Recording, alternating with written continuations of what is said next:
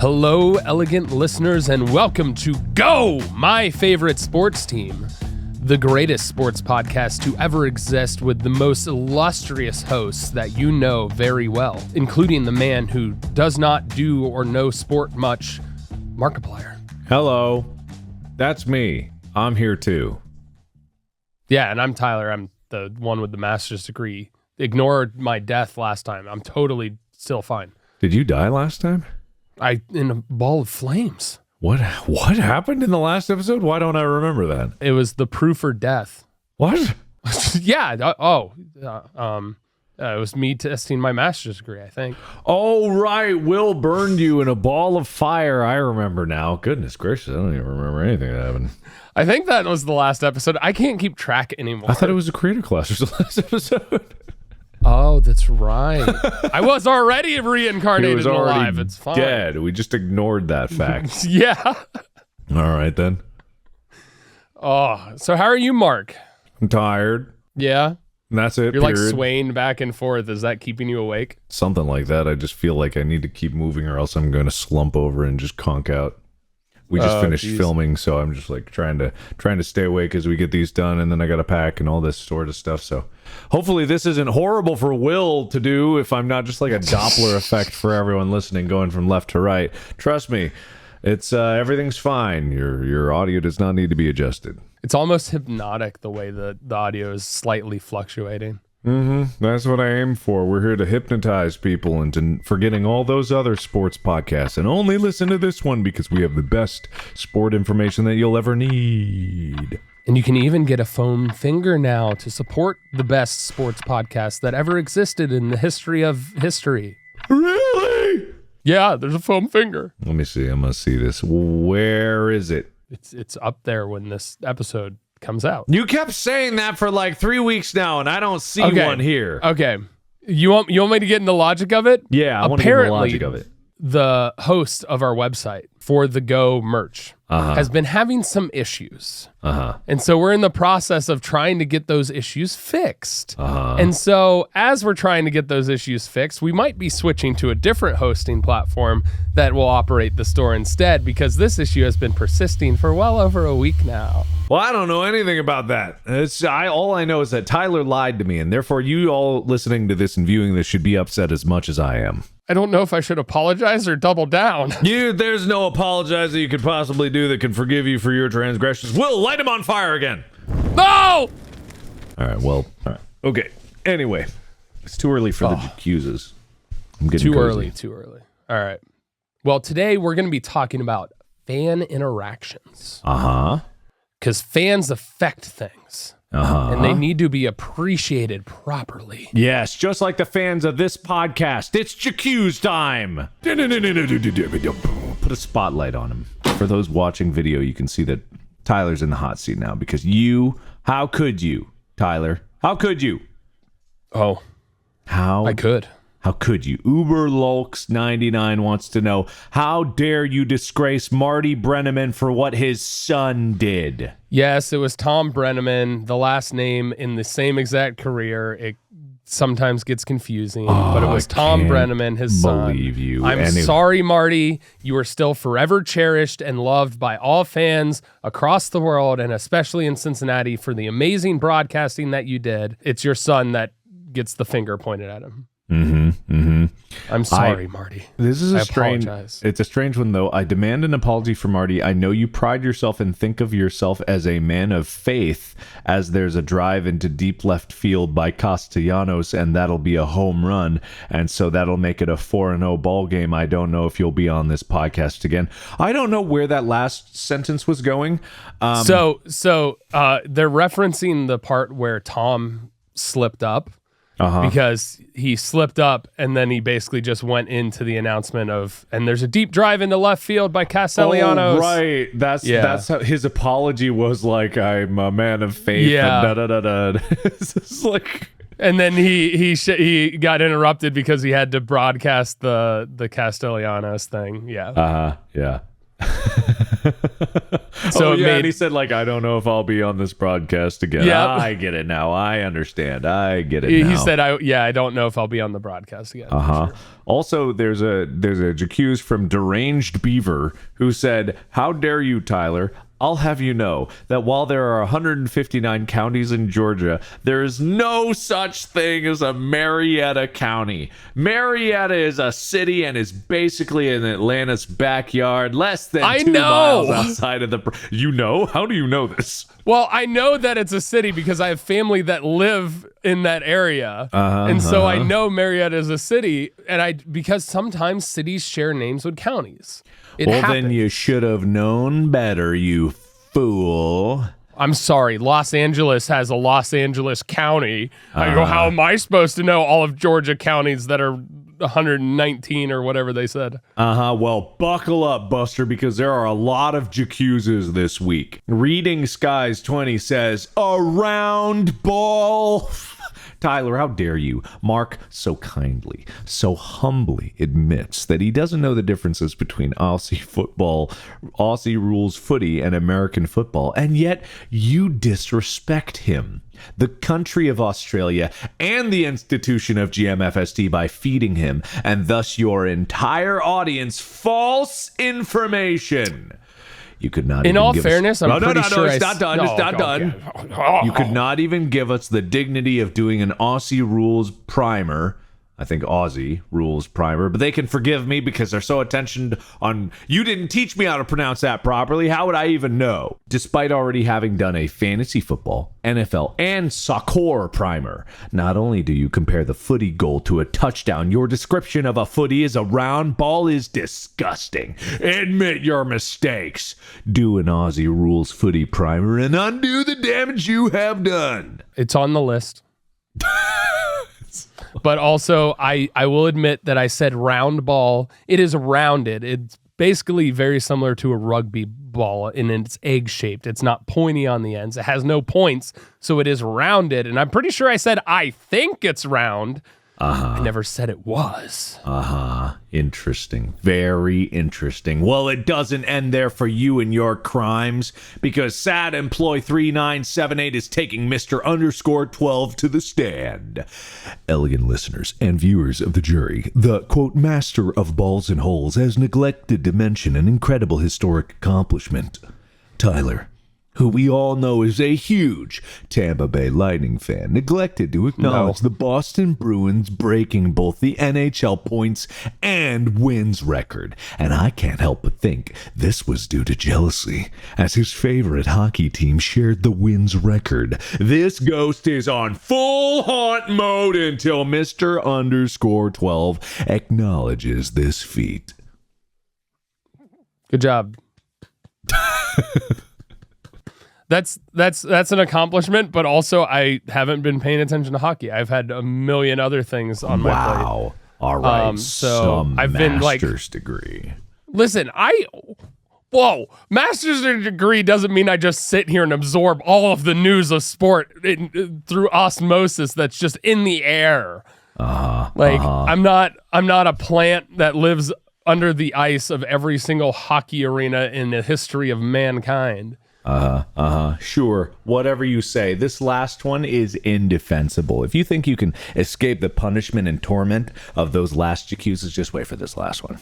Shield of Earth says, seriously, guys, not knowing how a bike works, I can understand Tyler's position because he masters sports, but Mark Fishback, how can you not understand how a bike works when you have an electric unicycle, which does similar effects to keep itself balanced? And when A and B, you were an engineering student, right? You took physics and mathematics classes, right? Your class might have referenced how a bike works by keeping itself upright, but you didn't listen, did you? A bike works by keeping itself upright, by literally positioning it underneath you. When you get on a bike, you don't move forward or backwards. You automatically steer the front wheel to the center of gravity of the bike so you don't fall, right? Same when the bike is moving forwards without a rider. The bike automatically steers whichever side they are falling to keep the wheel underneath it. What do you have to say for yourself, Tyler? I mean, technically the gyroscope does assist in some degree, but also they are correct in their assessment about how a bicycle wheel turns to, balance you and make you go in the direction of the center of gravity. But that sounded like it was towards you. I can't believe you've disgraced the honor and dignity of this podcast by not knowing how a bicycle works. That was you. They were accusing you. You can't. I didn't graduate. I like how that's your default. If anybody challenges your engineering stuff, it's like, I didn't get my degree. You can't question me. That was me on set. Every time I would use an excuse and be like, I don't know how to do that. I didn't go to film school. And people were getting very upset with me on set because I was like, some of us didn't go to film school either. So I used it. And then as you're a like, joke. well, why are you here? So I kept saying I didn't go to Snorri Cam school, and I didn't go to Champagne school, and I didn't go to any school. But this is actually interesting because they linked this video by Veritasium, and it is fascinating. It's talking about how there's new research that's like, yeah, bikes don't really work how people think they do. The gyroscopic effect is in nowhere near effective enough as just the design of the bike and its automatic steering capabilities. And there's apparently new research coming out all the time about just how bicycles work because they're very well designed, and we may not actually know.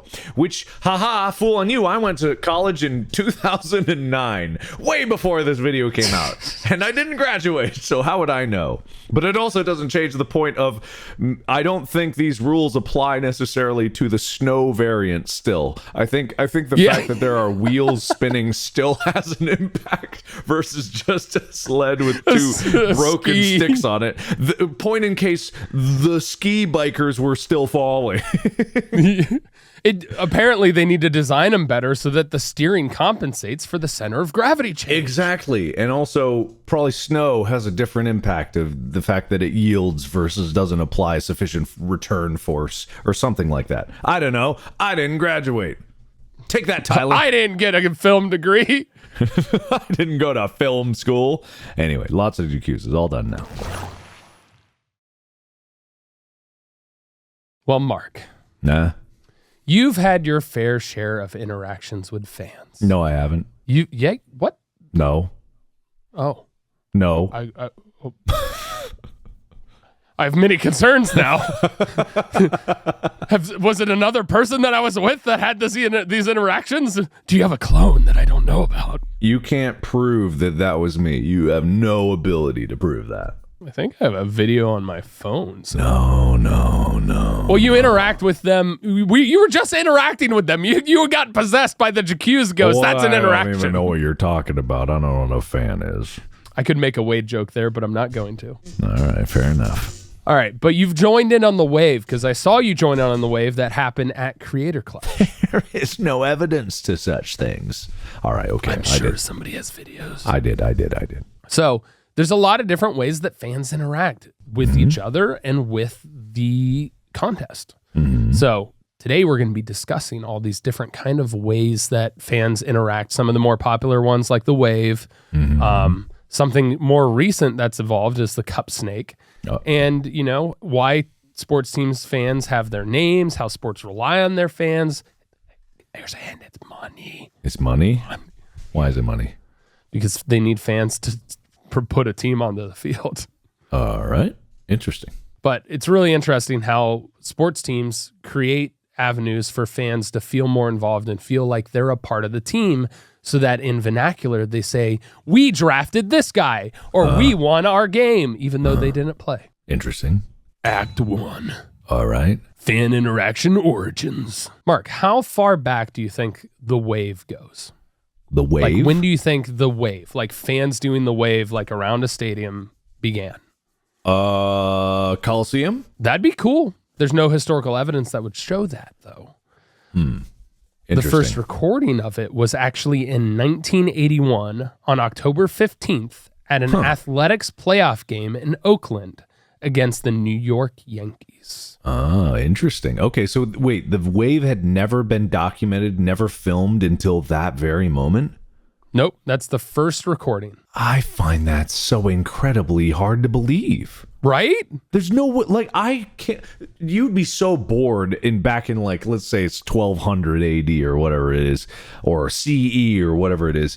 It's like, you don't think that someone just like got up and was like, oh, everyone cheer, because I know that humans probably get up and cheer even in the Colosseum days. Like, I'm sure that was a thing. So not anyone noticed that, like, ooh, if we organize and everyone goes like this, we could make a cool effect, right? Yeah, but that's crazy. Apparently this was the first recording. The funny thing is, you technically weren't wrong, because the name of the Oakland Stadium is the Oakland Coliseum. So, okay. In a way, you were right by saying the Coliseum. I see how you think I'm right. Yes, okay, I get it. The Coliseum, yes, okay, fair enough. I'll take the win. Put a win in my column for everybody out there. There are many theories of how the wave actually started, with people claiming everything from them inventing it at home on their own couch, watching it on TV, watching a game in the 1950s, to it being depicted in Sioux City cave drawings dating back to 215 BCE. How would they get a wave going in a cave drawing? I guess you have people sitting and then other people standing, and then it's sitting, and then the next depiction is it's moving. Huh. Okay. That's how I imagine it would work. Okay. It was a flip book between stone tablets. Mark was and you just saw it happen. Clong, clong. Yeah. Do it again, Dad. All right. Thong, thong, thong, thong. Be a very loud wave. Mm-hmm. But a professional cheerleader, Crazy George Henderson, crazy with a K, mind you, claims to have invented the wave in 1979. He claims that it evolved from earlier types of cheers he did to encourage the audience, such as having fans at San Jose State stand in groups saying San, then Jose. So this was in the early 1970s that he did this. Okay. But after the televised 1981 wave at the athletics game, it started to take off, mostly in Seattle. First at the college level at the University of Washington, but quickly spread to the Seahawks and the Sounders, and then to the world. To the world. Yes, taking it over by storms. Fans could not stay seated and watching the game. They couldn't stand and just cheer. They had to do it in unison to create an illusion of the wave. Okay. It was an addiction. It was an addiction? It was a disease. What? Regardless of how it started, the wave is a great way to energize a crowd, and it's awe-inspiring to see thousands of people coordinate in the spur of a moment to make a wave happen in a game. Okay. Or at an event like Creator Clash. All right. See, it's a disease. It keeps spreading.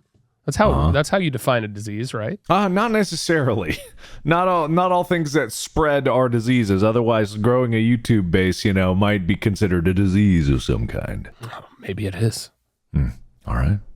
Maybe it's a good disease. Maybe. A disease of positivity. Sure. Yeah. All right. Okay. Where are you going with this, Tyler? Are you trying to attack the fans out there for supporting me and not you in all their jacuzzis? They are always on my side. They believe in me and my genius. That's awesome. I support you wholeheartedly because you're my friend. Well, take that, you fool. I'm going to win this one. I love misdirecting you and going, I'm not entering this fight. I'm just going to support you. Yeah, okay. Oh, sure thing. That's a loser's mentality. Maybe that's why I win so much. I don't know about that. Anyway, Mark, have you ever tailgated, like before an event, before a sporting event or anything like that? I mean, maybe. Maybe I've attended one.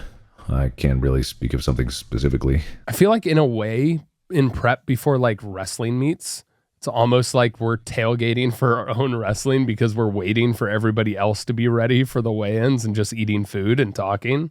Mm-hmm. Yeah, I mean, it's kind of cool, but I don't know if that would be considered tailgating in the traditional sense. Yeah. Tailgating, I think, requires a car. Requires to be in a parking lot. Mm-hmm. But apparently it predates the invention of cars and was a few years before the first American football game was played. The first tailgaters were spectating not a sports game, but a Civil War battle. It was on the 21st of July, 1861. What Civil War battle had an audience? All of them, actually. Oh, really? Almost all of them. A lot of times during the Civil War, and I remember this from walking like Gettysburg, they would have basically the wives and kids would be on the sidelines and they'd stay like a good distance away and they'd watch the battle commence. And then they'd run in to help the soldiers and stuff that were wounded as they came back. Good God, I feel like that would be like a very, very dangerous position to put yourself in, to be in the audience for a war. I mean, back then it was like you line up and just take aim. I don't know. I'm pretty sure they were far enough back and like on top of hills that like the old style artillery and stuff didn't really reach them. Hey, I don't know about that, but all right. Okay. Anyway, continue. So on the 21st of July, 1861, spectators packed picnic lunches, traveled by buggy and carriage to the Viridian countryside to watch the artillery and fighting in what would later be known as the First Battle of Bull Run. Oh, wow. These first tailgaters used opera glasses to try and view the battle and complained about trees and smoke blocking their view. Ah, good. Who are they going to complain to? Right? You, General, cut down trees before we get here next time. Yeah. How they thought it was a good idea to spectate a battle like it was a rugby match would be anyone's guess. But yeah, American football might be brutal, but this definitely takes the cake in that it was a war and they were complaining about not being able to see a war. But that was deemed tailgating because they celebrated and ate food and then watched stuff commence. Okay, cool. So the first American football tailgates happened in the early 1900s. Just as automobiles started to become more and more popular, the New York Times reported on a Harvard-Yale game in 1906, stating that the open field about the grounds were simply black with machines parked together in such a hopeless mass as to make it seem impossible for one ever to find his own once more. Okay, well, I don't know what he really that meant, but it sounded ominous. Apparently, it was just there were a bunch of cars and it was impossible for them to find their car after the fact. Oh, okay. I thought we were still talking about the Civil War, and I was like, what machines are out there on the field of battle that are just like left to rust in the middle of everything? No. This was a Harvard-Yale football match in 1906. Okay. The Times also said those arriving by train gazed with envious eyes as they neared the field at small parties of automobilists eating tempting viands that had been brought in hampers, spread on a picnic fashion on a tablecloth laid upon the ground. There's a really dramatic way to describe a picnic. I mean, I don't think anyone's ever looked at picnics and be like, wow, what an incredible sight. I'm so jealous. Actually, no, that's a lie. Every time I see someone taking a picnic, I'm just like, oh man, why is my life so boring? Why can't I go get a picnic?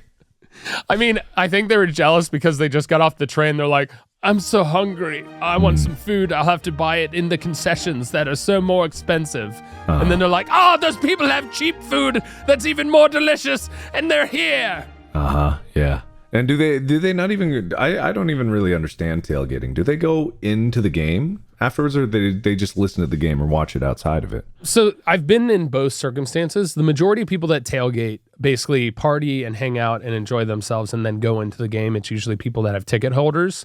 My uncle tailgates for almost every Bengals game. Historically, that's what they did. And so, because you have to pay for like the parking slots close to the stadium. So a lot of people will do that. But I've also gone to a tailgate where they don't have tickets and then they like have a TV and watch it from the parking lot in the frigid cold. It's the worst, and I've done it. But sometimes people just go down there for the experience because you get to talk with fans. You get to meet people that come in from out of town. You can try like different foods. It's how cultures come together, and it's how fans can like, you know, interact with each other and have a fun time before the game actually happens. Yeah, so we talked about it in a previous episode with food in sports, and so that was a part of the cultural sharing was that tailgating experience. Yeah, and so it's really fun because then you get like kids who are fans of both teams like playing football, playing jackpot, different stuff like that, and throwing the football around. They're doing cornhole. They're playing like your normal like backyard games that you could play. And then you have people peeing behind dumpsters because the latrines are occupied and stuff like that. So fair enough. It's all part of the game. But how does this get into the other team's head? The smack talk. It's when another fan decides to walk up to another fan and go, your team sucks and we're going to beat you into the ground because we're bigger and we're stronger and we're cooler. And does that make the other team afraid? No, because it doesn't affect the team, but it makes the fan less likely to cheer, and then they have less of the home field or the away advantage if their fans travel well. Or if enough of the opposing teams show up, fans, all of a sudden the home team advantage gets nullified because they could potentially be louder in opponent stadium. We saw that a lot happen when San Francisco fans came down to LA versus the Chargers and the Rams, and it was basically almost like it was a home game for the 49ers because there were more Niner fans than there were Rams or Charger fans. Interesting. Okay. But we'll talk about that in a different episode when we talk about home field advantage. Okay. But people's ability to travel increased the rise of the automobile usage, meaning more people would then go and support their teams for away games. The increased number of flooding to games, local restaurants basically started to appear near the venues, and college towns struggled to feed the masses, so it increased the number of people bringing picnics.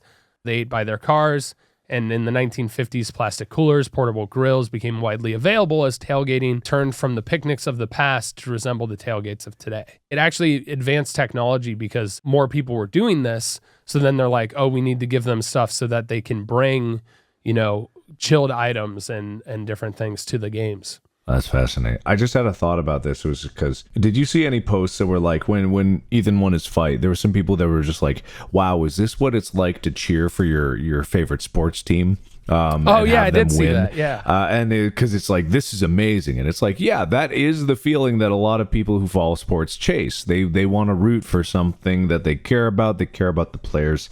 And in the same way, yeah, they do feel that kind of connection in the same way that those people would of the people fighting in creative clash that the other wouldn't see. And that's kind of like the feeling that we're trying to promote here on Go, is because I don't have a lot of favorite sports teams, but there's probably something out there that you could find that you care about, and that would be really interesting to see them win. And it is exciting and it's addictive. And so like people do want to go and travel and share these experiences, and they want to be able to share the experiences with other fans, all parts of it before and after, so that people can get more involved. And the more invested they are, the more satisfying it is when, they actually do win. So that's interesting. Yeah, it's an adrenaline rush. It's fun. It's euphoric when your team wins. It's all of those different things. And it's obviously hits your dopamine response in your brain. So it creates that happiness and joy on victories. But the downside is you get some pretty deep lulls too when your team loses. Because if you get that tied and invest into it, you're gonna feel that loss just like the team does. Mm-hmm. Yeah. And you can't have ups without downs. Mm-hmm. Mm-hmm. So apparently there's a really cool example of tailgating in the Vols Navy. Since 1962, the University of Tennessee tailgates have been unique. So their stadium is near the Tennessee River. So instead of tailgating with cars and parking lots, fans do it by docking their boats on the water. Almost 700 feet of dock space has been added over the years to accommodate all the various watercrafts, and as many as 350 boats may be docked for the big game. And they'll arrive days before and park there, and it's just a rowdy boat tailgate. And then according to some ratings, the Kansas City Chiefs tailgates are the best in the NFL by World Sports Network, as the fans at Arrowhead Stadium have the best experience. Starting in the morning of a home game, the party continues all day and well after the game ends with barbecue. They even have the tailgating area sponsored by Ford, has live entertainment all the time. They have food trucks. They have the cheerleaders for the team come out there and interact, and a whole bunch of different games. And there's special hospitality tents inside the stadium for season ticket holders to tailgate in as well, with music, complimentary food, drink, photo booth appearances from celebrities and different stuff like that. And it's insanely fancy. Do you almost feel, though, that kind of cheapens the experience? It's almost like it takes away from the human element, that it's like you're making it in the stadium. But at the same time, from a fan standpoint, when the team takes notice of the tailgating, it makes you feel valued. Yeah, I suppose. It's kind of this warring philosophy, right? The weird example that I think I can take is World of Warcraft, right? World of Warcraft evolved as a game over a lot of different expansions. And in these expansions were features made to cater towards the player base, make it more convenient, make things more accessible, give them more things, give them more things to do, give them more opportunities to feel like a winner, stuff like that. And so in a way, it also diluted the experience of why the game was special in the first place, and why that open sandbox with no rules and no special rewards kind of like made it a cheaper experience. So when I hear about something like tailgating and the NFL being like, yeah, let's give them all these different perks. For me, the idea of tailgating is probably originated just because fans wanted to get together. And they wanted to share food, and they wanted to talk about it like in a way that was outside of the stadium, and kind of like being outside of the stadium probably felt like a bit of a rebellion, kind of like we're doing our own thing, but we're still here, and we're existing outside of the box, and we do it just because we love it.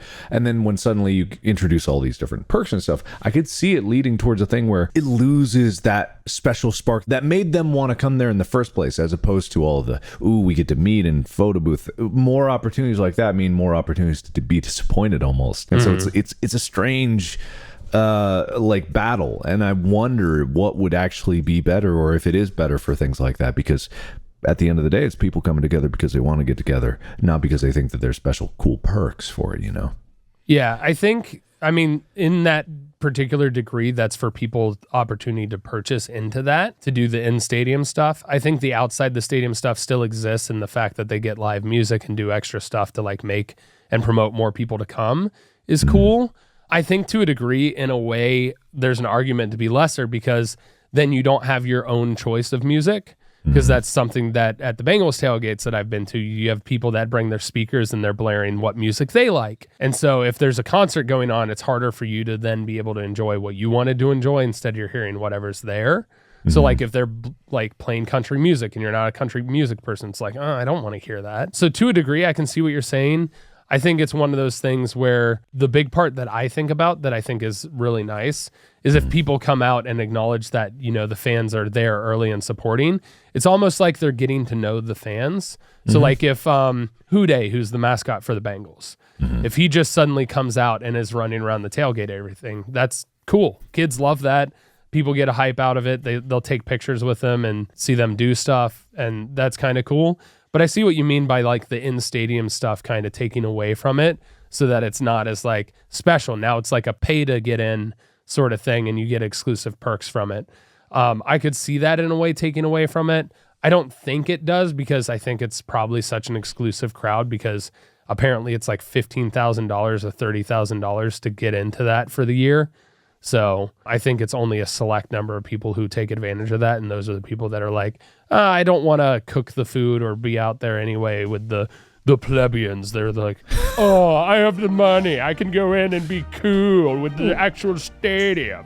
Which is like so silly of a mentality, but yeah, sure. Yeah, there are people that are like that. We've met them, Mark. We've met them, yes. I've met many of them. And then there's the cup snake, which is a recent thing. Cup snake? Going to pretty much any sports stadium means there will be beer. And beer drinkers, they like to get rowdy. So what happens is there's a break, and hyped up, slightly buzzed fans get bored. So they start stacking their beer cups, also called the beer snake.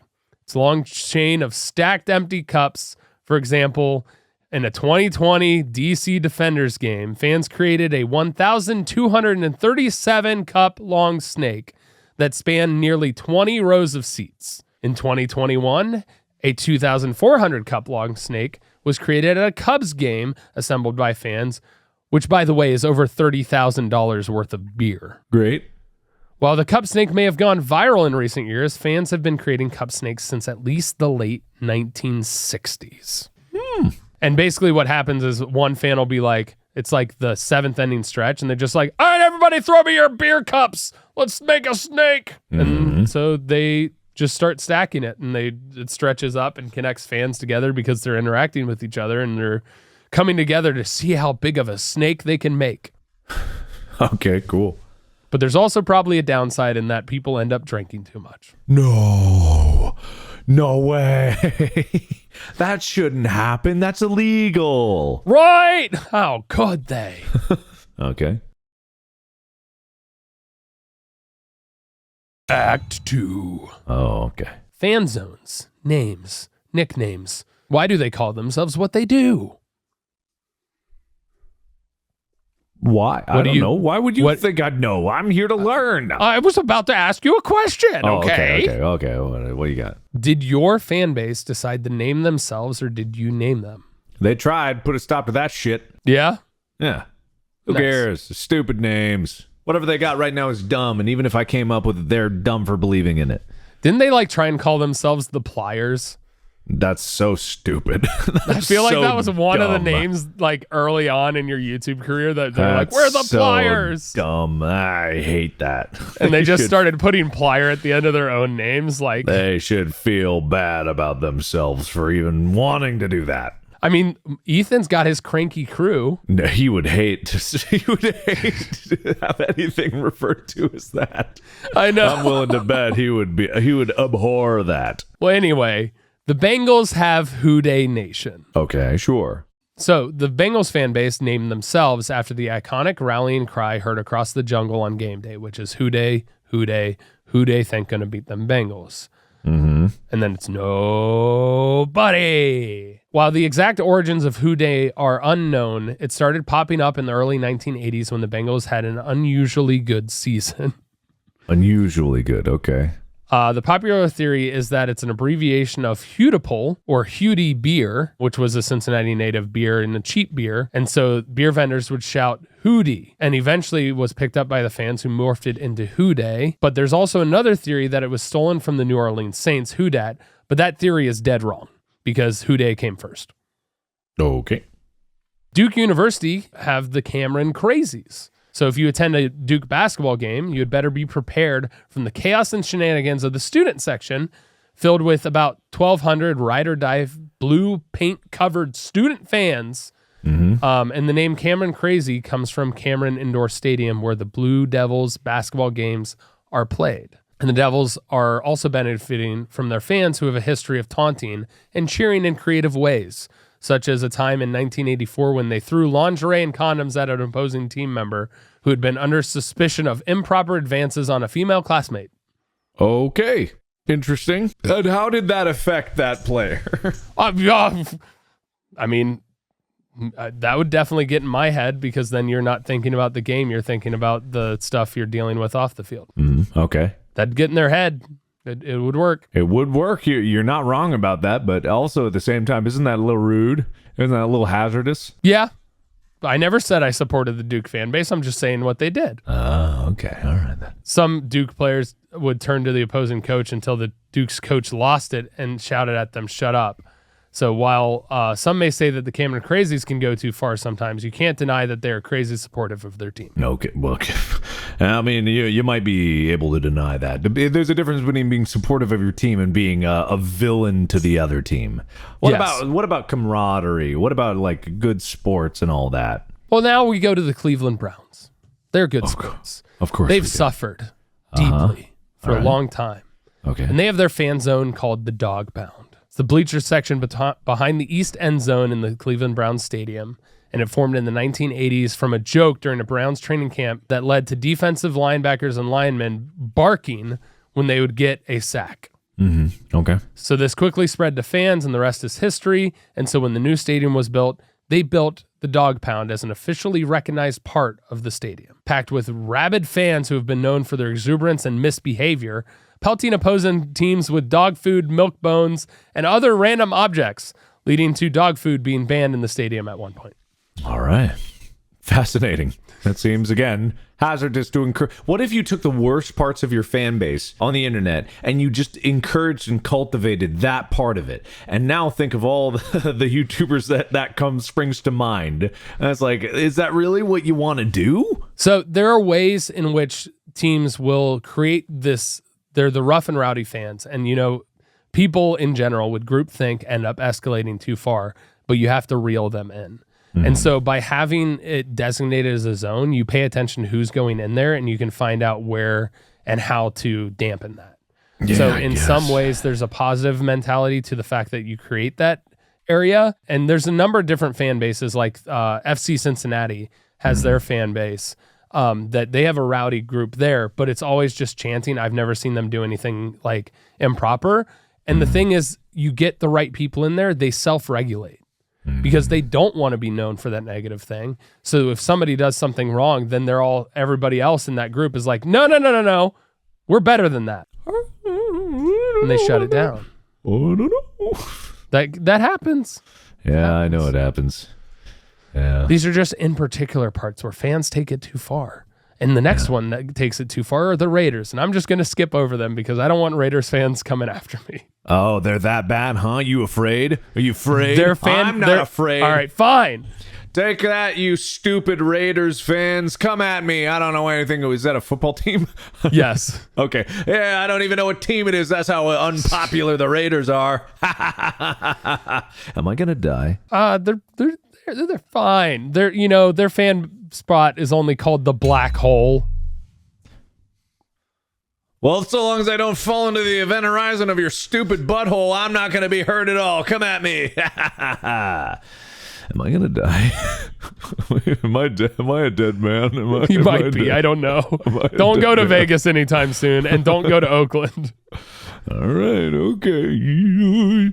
So it started as a few friends, but has grown into a horde of dedicated Raiders fans. Okay. Clad in black, many with intimidating costumes, which is like, think Viking Raiders, and then think also super punk metal so that they have spikes everywhere and weaponry. All right. And weaponry. Wait, that's an important detail. What? So the Black Hole fans show up to support the Raiders, many clad in such paraphernalia, and not daunted even by the team moving from Oakland to Las Vegas. The Black Hole has turned into more than just a fan zone in a stadium, growing into an international organization of Raiders fans with 35 chapters in the U.S. and across the globe. I've heard many stories of the Black Hole and people running into Raiders fans and them being scary. Okay, cool. Good. Very intimidating, in your face. Just like they had the team with the Iron Curtain that was the Steelers. What was the Raiders one called? I don't know. But they were known for cheap shots and dirty hits and bad play. So, oops. Anyway, Act 3, the final act. Team reliance on fans. Fans have an impact on the game. We know this by the loudness, the fact that the fan zones will throw things at opposing teams. Don't do that. Don't be that person. But they'll use taunts and do different things to try and psychologically get in people's head to break them out of their zone. Fans cheering can pump up the team and energize their team. They can be used to encourage, and unprompted chanting lifting their spirits and potentially improving a player's performance. This is psychologically proven in the sense that when you go to the gym and you have a workout buddy, I think your expenditure and the much you output, you get like a 10% better workout or greater. One, you don't want to fail in front of somebody because then there's a greater shame in there. And two, you have somebody who's yelling in your ear and encouraging you. Screaming, actually, just like as loud as they possibly could in your ear. Yeah. So an energized crowd can almost create a sort of positive electricity that boosts their team's energy. I don't know if you've ever experienced it, Mark, but when I've been like doing sports and stuff and I'm like last ditch effort, especially in wrestling, and all of a sudden your coach is like, you can do it, get there. All of a sudden you get that extra spurt of energy. Oasis!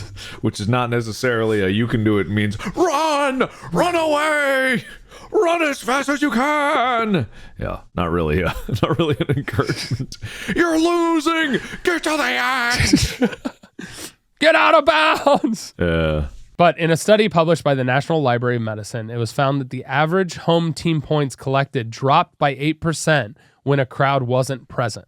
So like during COVID, they didn't have the fan energy. On the flip side, the crowd booing and taunting an opposing team can have a debilitating effect on players, throwing them off their game if they aren't prepared and focused. It can also be deafening, and it drowns out any on-field communication and can lead to false starts. This is something that can happen with the NFL. In-helmet headsets are used to combat this, but sometimes you'll even see quarterbacks need to cover the holes for their helmet to be able to hear what the coach is trying to relay through the headset.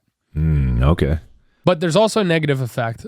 Some players don't do well under pressure. And when they have the weight of tens of thousands of people calling out and reacting to what you do, sometimes people crumble. An example of the impact the fans can have is when the Detroit Lions hosted Monday Night Football for the first time in 9 years, and the crowd was so deafening, the opposing team, the Chicago Bears, had 9 false starts. The Lions ended up winning 24-13, and the head coach dedicated the game ball to the fans. According to Lawrence Jackson, a defensive end for the Lions game, stated in an interview, the fans, they just went crazy. And the entire night, with the penalties they were forcing, it was special. I think that was probably the most energetic game I've ever played in. And 9 false starts, that's 5 yards per false start. That's almost half of football field in lost yards the other team had. Damn.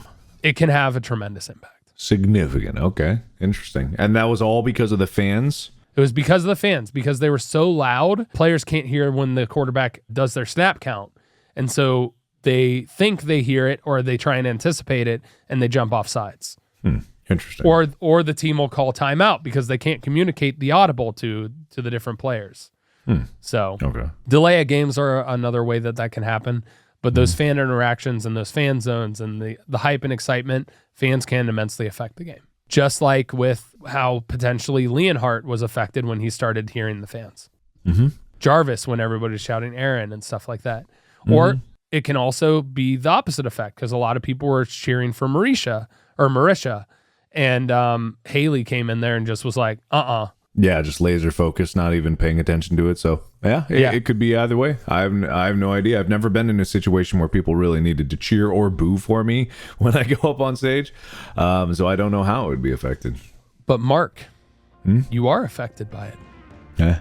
You thrive off of fuck you energy. Okay. How people have treated you. Yeah. In the various industries and various avenues you try to get into, and how people have been like, you can't do it, and you go, I'll show you. That is because of fan interaction. Possibly. It's usually from people, not necessarily fans. It's usually from people in industries or in more of a professional setting, that is just like, you can't do this. And it's like, yeah, right, I can. And most of the time nowadays, it's just like silly to me that anyone thinks that I can't, because like, I've done so much. You have no idea what I've been through. Like, you think that I'm even going to give you the time of day, like, of listening to you when I'm already halfway done, when I'm already done filming this movie, and it's like things like that. So yeah, I do get off of fuck you energy, but very rarely from fans, I would say, because there's always been like criticism on the internet, and one of my like apparently superpowers on the internet is never being affected by negative criticism. For some reason, I'm just like totally fine with that, because they don't know me and I don't know them, and therefore they're perfect strangers. So it's like I have no desire to listen to their opinion, so I'm able to ignore it, and for some reason that's strange. But then again, I've never really been in a situation where my fans are just booing me straight up, so who knows? I've definitely seen you in different sport things where, somebody's rooting for somebody else and you're like, I'll show you. I've definitely seen that. When? I don't even know when. I mean, dating back to like wrestling, I've definitely seen it when it's always, anytime I've seen you seemingly be discounted. I think there's one time where it was like, oh, you can't beat me in a race or something. And you're like, oh. Mayhaps. A lot of it's like dating back to the high school days more than anything. I definitely saw it on the football field for sure when we did the backyard football stuff. Yeah, I've never done any sports for a while, but yeah, for sure. Yeah, but yeah, that's what I got. That's the fan interactions, because if I continue down the other stuff, we get into the home field advantage episode. Okay, and that's a different episode that we'll talk about later. All right, fair enough. Well, thank you so much for the information. And remember, everyone at home, you can't break us down. We'll only become stronger, but you can antagonize all of those other sports podcasts. You show them what's what, but be nice about it. Yeah, and more than anything, support this one and hype it up and share it with your friends. Share it with one person. I challenge you to share this podcast with one person every time a new episode comes out, and with different new person. All right, how about just one person one time? We'll start with that, and then we'll go from there. Yeah. I like that. All right, cool. But in other ways, if you want to support us further, you can go to store.gmfst.com, get some new merch. We got pins. We got a foam finger that is up there now. But when the episode comes out, Right now. You can also finger sports with Mark's favorite hat that we have. And get your sweet athletic tee, and also get your poster before they're gone, because those posters aren't going to be restocked. Oh, no, why not? Because one of them says that we're with Wood Elf and we're not with Wood Elf anymore. All right, that's a good point. Poster 2.0 coming soon. Get their posters before they're gone. All right. Thanks, guys. Thank you. Watch Mark's movie when it comes out. Yeah, sure. All right, bye. Bye.